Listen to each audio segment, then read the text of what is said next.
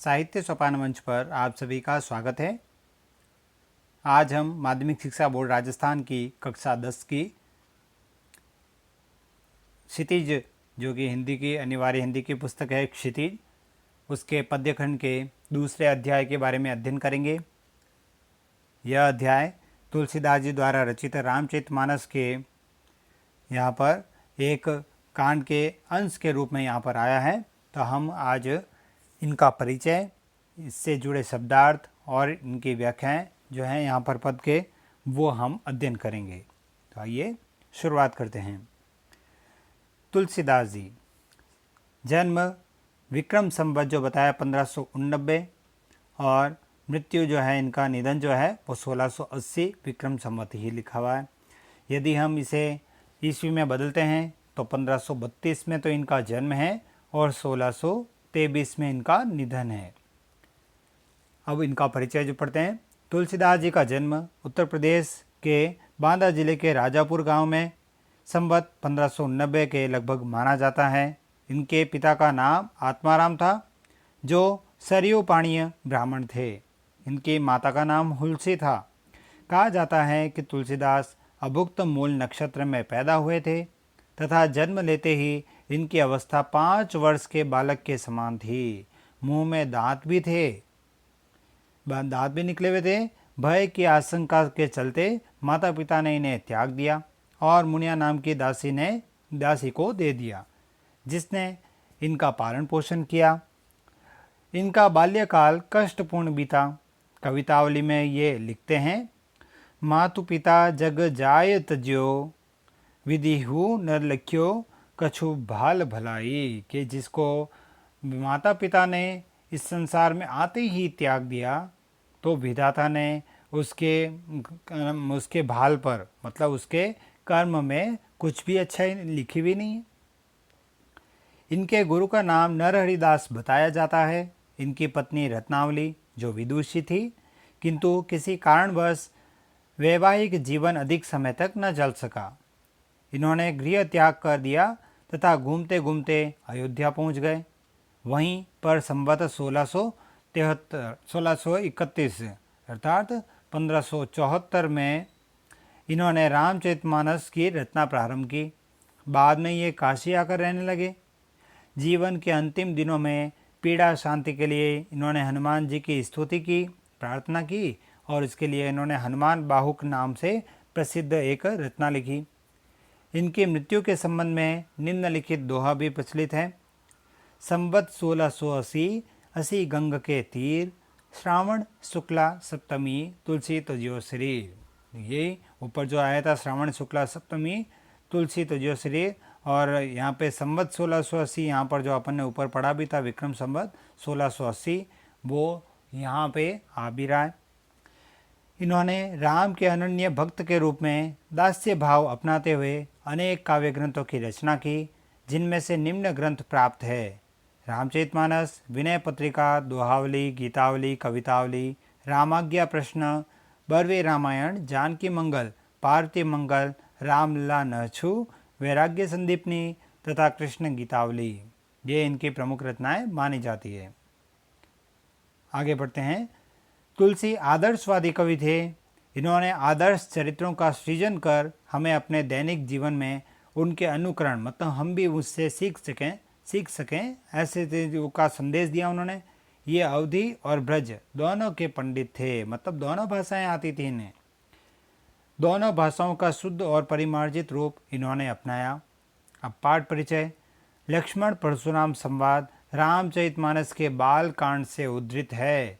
जैसा कि हमको पता है, रामचरितमानस जो है इनकी प्रसिद्धि का प्रमुख ग्रंथ है और ये अवधी भाषा में रचित है और 7 कांडों में रचित है। सबसे पहला ही कांड है बाल कांड, दूसरा अयोध्या, फिर अरण्य, किसिकंधा, सुंदर कांड, लंका कांड और उत्तर कांड। 7 कांड आते हैं। उसमें से पहले कांड में ही जो पद आए हुए वो यहाँ पर लिए गए हैं। धनुर्विज्ञ के पश्चात मुनि परशुराम शिव धनुष भंग का समाचार पाकर क्रोध में तमतमाते हुए वहां आते हैं, किंतु राम की विनयशीलता और विश्वामित्र के समझाने पर राम के शक्ति परीक्षण के बाद उनका क्रोध शांत होता है। परंतु इस बीच लक्ष्मण और परशुराम के बीच व्यंग्योक्तियों मतलब व्यंग्य वाली उक्तियों से युक्त जो संवाद हुआ था उस प्रसंग को यहाँ प्रस्तुत किया गया है। परशुराम के क्रोध से भरे वचनों का उत्तर लक्ष्मण व्यंग्य वचनों से देते हैं। लक्ष्मण जहाँ विवाद वत्सल है मतलब विवादों को बढ़ाने वाले, वहीं श्री राम नीतिज्ञ और सौजन्य के प्रतिमान के रूप में प्रकट होते हैं। विश्वामित्र संतुलन बिंदु है। ये चरम क्रोध की दशा में परशुराम के आवेश को प्रशमित करते हैं मतलब उसे उनके क्रोध को दबाने का प्रयास करते हैं। परशुराम का क्रोध भय से अधिक हास्य का आलंबन बन गया है। अब यहाँ से हम इनके शब्दार्थ पढ़ते हैं। पहले हैं भंजनिहारा यानी तोड़ने वाला, रिपु यानी दुश्मन, अवमाने यानी अपमान करना, परशु यानी फरसा, महिदेव यानी ब्राह्मण, अर्भक यानी बालक, मही यानी पृथ्वी, कुमड़बतिया यानी छोटा कच्चा फल, कुलेश यानी कठोर, कौशिक यानी विश्वामित्र, निरंकुश यानी मनमानी करने वाला, गालको यानी नाश करने वाला, अबुधु यानी नासमझ, हटक यानी मना करने पर, बद्धजोगु मार्ग देने योग्य, गादी सुनो यानी गादी के पुत्र अर्थात विश्वामित्र, अयमय यानी लोह का बना हुआ और ऊखमय यानी गन्ने से बना हुआ, फिर रिसाई यानी गुस्सा करना, बिलगाव यानी अलग होना, लरिका यानी बचपन, कोई यानी क्रोधी, बिलोक यानी देखकर, महाभट यानी महान योद्धा, कुठारो यानी कुलाड़ी, तर्जनी यानी अंगूठे के पास वाली उंगली, सरोष यानी गुस्से से, भानुवंश यानी सूर्यवंश, असंकु यानी शंका रहित और काल कवलु यानी मृत, फिर खोरे यानी दोष, अक्षोभा यानी शांत, अकरुण यानी जिसमें करुणा न हो, नेवारे यानी मना करना और कृषाणु यानी अग्नि। अब हम पढ़ते हैं पद, इनकी व्याख्याएं पढ़ते हैं। तो सबसे पहला पद है नाथ संबोधनु भंजनिहारा, होई केऊ एक दास तुम्हारा, आयसु का करी किन मोई, सुनी रिसाई बोले मुनि कोई। यहाँ पर एक एक पद की अपन व्याख्या करते हुए ही आगे बढ़ते हैं। नाथ संबोधनु भंजनिहारा, इससे पहले क्या होता है, परशुराम जी क्रोधित होकर वो सीता जी के स्वयंवर में वहाँ पर पहुँचते हैं और एकदम से जैसे ही राम के हाथों ये टूटा हुआ धनुष वो देखते हैं और क्रोधित होकर पूछते हैं किसने तोड़ा ये। तब आखिर में श्री राम जो है वो ये मीठे वचन में बोलते हैं कि हे नाथ, जिसने भी शंभु धनु, शंभु यानी शिव का धनुष, भंजनियारा यानी तोड़ा है, वह होए केवल एक दास तुम्हारा, वह अवश्य ही आपका कोई दास है। आयेशु का करिए किन मोय, आदेश दीजिए मुझे क्या करना है। सुनी रिसाई बोले मुनि कोई, ऐसी बातें सुनकर ही एकदम से परशुराम क्रोधित हो जाते हैं और बोलते हैं सेवकु सो जो करे सेवकाई। अरे सेवा तो जो सेवक तो वो होता है जो सेवा करता है।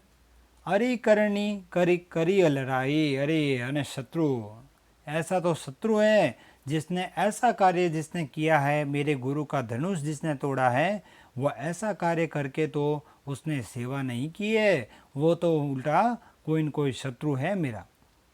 सुनो राम जय शिव धनु तोड़ा, हे राम सुनिए जिसने भी शिव का धनुष तोड़ा है, वह सहस्रबाहु सम सो रिपु मोरा, रिपु यानी शत्रु, वह सहस्रबाहु के समान मेरा शत्रु होगा। देखते हैं अपन सुनते भी हैं, परशुराम जी ने सहस्रबाहु का वध किया था, वो वाली घटना, वो उनका शत्रु थे, इसलिए यहाँ पर वही बात हो रही है। सो बिलगांव बिहाई समाजा, इसलिए जिसने भी शिव का धनुष तोड़ा है वो इस समाज से, इस सभा से अलग हो जाए। बिलगांव यानी अलग हो जाए। न तो मारे जय ही असब राजा, नहीं तो आज ये सारे राजा, इस सभा में उपस्थित सभी राजा आज तो मारे ही जाएंगे। सुनि मुनि वचन लखन मुस्कान, अब यहाँ पर ऐसे वचन जैसे ही सुने लक्ष्मण ने, और उनको तो मजा, वो तो हंसने लग गए, वो तो मजाक में लेने लग गए। बोले परशु धरई माने, और परशुराम जी का अपमान करते हुए बोलने लग गए वो तो, बहु धनुई तोरी लड़काए, अरे मुनिवर हमने तो बचपन में काफ़ी सारे धनुष तोड़ दिए। कबो न सिरिस केनी गोसाई, ये गोसाई, हे ब्राह्मण देव, आपने कभी वहाँ पर आकर, अयोध्या में आकर हम पर गुस्सा तो नहीं किया। हमने बचपन में कितने धनुष तोड़ दिए, उस समय तो आप आए नहीं हमारे ऊपर क्रोध करने के लिए। यही धनु पर ममता कहिए तू। अरे इसी धनुष पर इतनी ममता, इतना प्रेम क्यों आ रहा है आपको? सुनी रिसाई कह भृगुकुल के तो। अब क्योंकि परशुराम जी भृगुवंशी कहलाते हैं, इसलिए इनके लिए शब्द आया भृगुकुल के तो कहा ऐसा सुनकर को क्रोधित होकर परशुराम जी और कहते हैं, हे रे नृप बालक काल बस, बोलत तो ही न संभार, धनु ही सम त्रिपुराई धनु, विदित सकल संसार। रे नृप बालक, हे राजकुमार, तू काल के बस बोल रहा है, इसका मतलब तेरे ऊपर काल मंडरा रहा है। बोलत तो ही न संभार, इसलिए तू बोली को संभाल नहीं पा रहा है। धनु ही सम त्रिपुराई धनु, और सामान्य धनुष के समान ही तू शिव के धनुष को मान रहा है। विदित सकल संसार, जबकि इस धनुष को तो पूरा संसार जानता है। वह धनुष पिनाक धनुष होता है, और उस धनुष के बारे में तो पूरा संसार जानता है। लखन कहाँ हंसी हमरे जाना। अब हंसते हुए लक्ष्मण भी कह रहे हैं कि अरे हमने तो एक ही बात जानी है, सुनो देव सब धनुष समाना। हे देव सुनिए, सब धनुष समान ही जाने, हमने तो आज तक यही बात सुनी है। अब वो उल्टा मजाक उड़ा रहे हैं उनके परशुराम जी की बात का। तो वो कह रहे हैं, अरे देव हमने तो आज तक जो भी धनुष देखे ना वो सब एक जैसे ही देखे हैं। का क्षति लाभू जी जो न धरु तोरे, अरे क्या क्षति लाभू यानी क्या हानि लाभ देख रहे हो? जो न धरु तोरे, अगर पुराना धनुष था और टूट भी गया तो इसमें क्या हानि लाभ देखना। देखा राम ने इनके बोरे, ये तो राम ने आंखों से देखा और ये तो टूट ही गया, तो इसमें क्या हानि लाभ देख रहे हैं आप।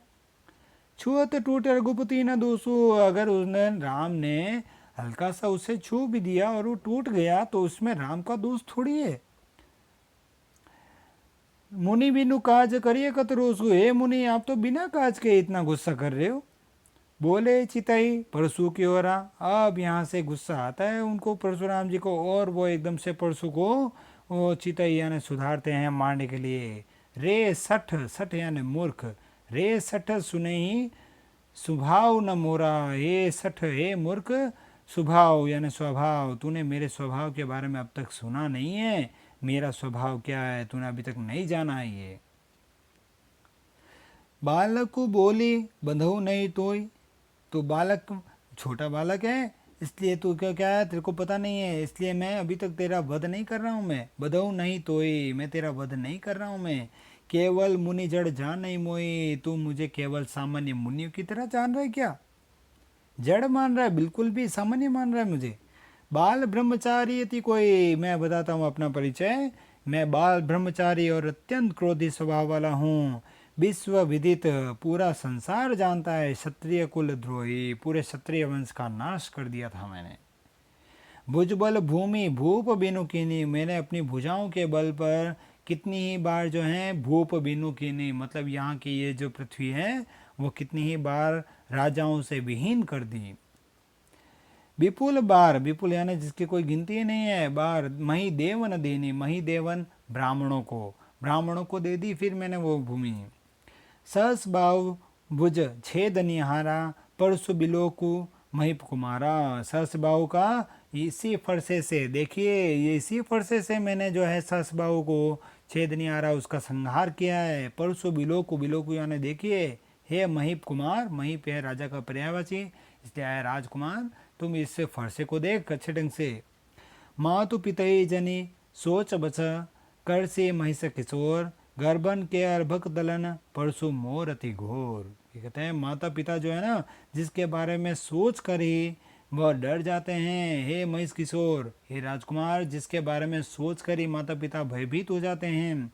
गर्भन के अर्भक दलन, ये मेरा जो फरसा है ना वो गर्भ में पल रहे शिशु को भी क्या है परसु मार अति घोर, मेरे परसु जो है मोर, मेरा परसुआ वो गर्भ में पल रहे शिशु जो होता है वो भी भयभीत हो जाता है। इसलिए माता पिता डरे हुए रहते हैं, और ये इतना मेरा ऐसा क्रोधी स्वभाव है।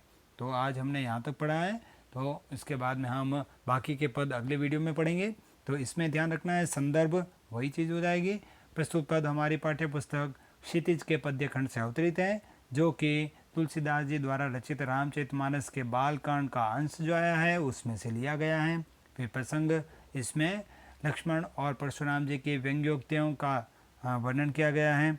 यहाँ पर परशुराम जी द्वारा उन पर व्यंग्य करते हुए ये बातें की जा रही है। फिर व्याख्या अभी पढ़ी ली और विशेष में भाव पक्ष में मुख्य रूप में यहाँ पर परशुराम जी और लक्ष्मण जी के संवाद का उल्लेख है। फिर कला पक्ष में सबसे पहला पॉइंट भाषा, यहाँ पर अवधि है क्योंकि ये रामचरितमानस का अंश है और रामचरितमानस भी अवधि में लिखा गया है। फिर यहाँ पर छंद, यहाँ पर चौपाई छंद है, ये सभी छंद जो है वो चौपाई है और ये बीच में जो भी आ रहा है वो सब दोहा है। फिर उसके बाद में गेय शैली में रचित है। अलंकार, यहाँ पर अंत्यानुप्रास तो सभी जगह है और बाकी भी, और बीच में जहाँ जहाँ सम आ रहा है वहाँ उपमा अलंकार है। जहाँ पर दो एक ही वर्ण वाले शब्द जो है 2 बार पास में आए तो छेकानुप्रास है, 2 से ज़्यादा बार आए तो वहाँ पर वृत्त्यानुप्रास। इस प्रकार से हम ये भी देख सकते हैं। फिर उसके बाद में यहाँ पर आता है बिंब, तो दृश्य बिंब है, पूरा दृश्य सामने दिखाई दे रहा है और श्रव्य, आपस में संवाद भी हो रहे हैं, बातचीत वगैरह की, तो ये भी कह सकते हैं। फिर गुण, यहाँ पर क्रोध होने वाला है और ऐसा भाव है तो ओज भी कह सकते हैं, ऐसा हो। तो इस प्रकार से हमें व्याख्याएं पूरी इनकी आनी चाहिए, इसका अभ्यास करते रहना चाहिए। बाकी की व्याख्याएं हम अगले वीडियो में पढ़ेंगे। धन्यवाद।